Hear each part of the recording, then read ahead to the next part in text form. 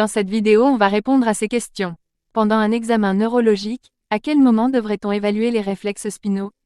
Les réflexes spinaux peuvent-ils aider à différencier les maladies neurologiques des autres affections? Pour enfin voir les réflexes spinaux des membres thoraciques et pelviens, et découvrir les réflexes anormaux et est-ce que leur présence suggère un pronostic plus défavorable? On commence par répondre à notre première question. Pendant un examen neurologique, à quel moment devrait-on évaluer les réflexes spinaux? Une fois les réactions posturales passées en revue avec soin, on commence à avoir une idée claire si le trouble de la marche de notre ami à quatre pattes est plus du côté orthopédique ou neurologique. Si c'est du côté neurologique, on se fie aux informations pour localiser les bizarreries dans la démarche déjà détaillée dans la vidéo intitulée « L'examen neurologique chez les chiens, par où commencer ?» Les réflexes spinaux sont nos boussoles pour déterminer si le souci se niche dans l'intumescence, cervicale ou lombosacrée, ou s'il s'agit d'une lésion localisée, en amont, de l'intumescence.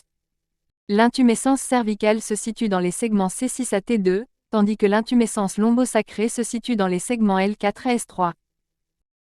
Ces endroits sont la tanière des corps cellulaires des motoneurones inférieurs qui font fonctionner leurs membres thoraciques ou pelviens, respectivement. Une lésion des motoneurones inférieurs entraîne une diminution ou une absence des réflexes spinaux. On parle alors de signes cliniques du motoneurone inférieur lorsque la parésie ou la paralysie est accompagnée d'une diminution ou d'une absence des réflexes spinaux. Si le motoneurone inférieur est intact mais que le problème réside dans un ou plusieurs neurones situés en amont ou plus près du cortex moteur, les réflexes spinaux resteront intacts et pourront être exagérés, même si notre ami a perdu toute volonté de bouger son membre. La parésie ou la paralysie avec des réflexes spinaux normaux ou augmentés est souvent appelée signe clinique du motoneurone supérieur, ce qui indique que la lésion se situe en amont des motoneurones inférieurs. Les réflexes spinaux peuvent-ils aider à différencier les maladies neurologiques des autres affections? Eh bien, pas vraiment. Pour cette mission, les réactions posturales sont en première ligne pour déterminer si le problème est neurologique ou non. Les réflexes spinaux, eux, sont un peu plus influencés par le tempérament et le niveau d'anxiété de l'animal.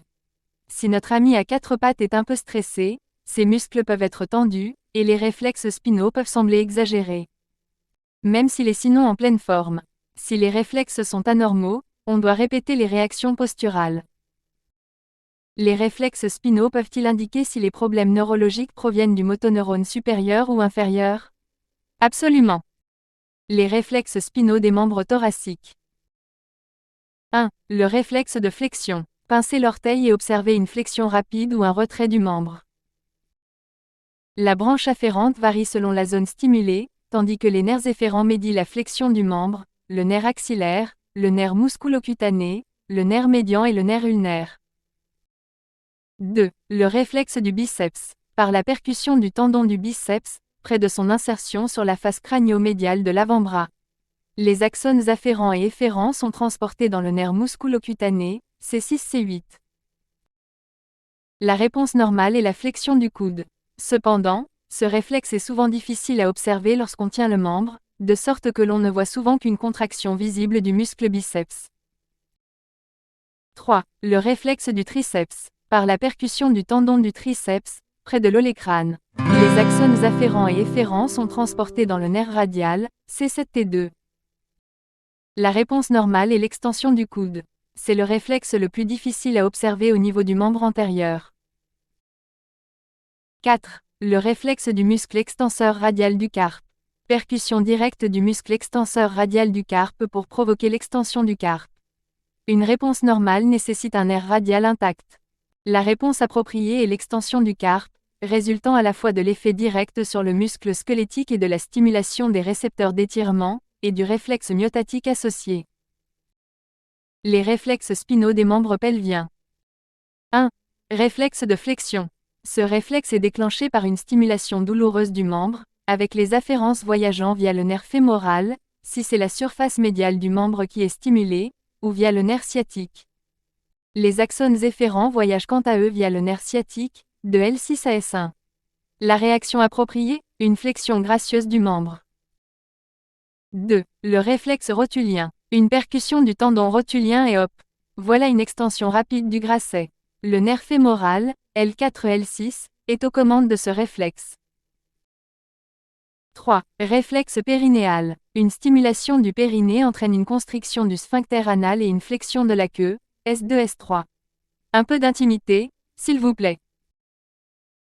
4. Le réflexe du gastrocnémien. La percussion du tendon d'Achille provoque la contraction du muscle gastrocnémien et l'extension du jarret.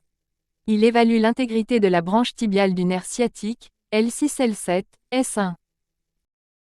5. Le réflexe tibial crânial. La percussion directement sur le muscle tibial crânial provoque la flexion du jarret. Là encore, cette réponse est médiée par une combinaison de contractions musculaires et de réflexes myotatiques. Pour que la réponse soit normale, il faut que le nerf péronnier commun, branche de bifurcation du nerf sciatique, soit intact, L6, L7 et S1. Les réflexes anormaux, et est-ce que leur présence suggère un pronostic plus défavorable? Il existe plusieurs réflexes qui sont généralement masqués et ne deviennent apparents que lorsque le motoneurone supérieur a été lésé. Il s'agit notamment du réflexe d'extension croisée et du réflexe de Babinski. Le réflexe d'extension croisée est observé lorsque l'animal est en décubitus latéral et se manifeste par une extension involontaire du membre opposé avec le réflexe de flexion. Il s'agit d'un réflexe normal lorsque l'animal est debout, mais inhibé par les voies nerveuses descendantes chez un animal couché. La présence de ce réflexe est une preuve fiable que ces voies descendantes ont été lésées.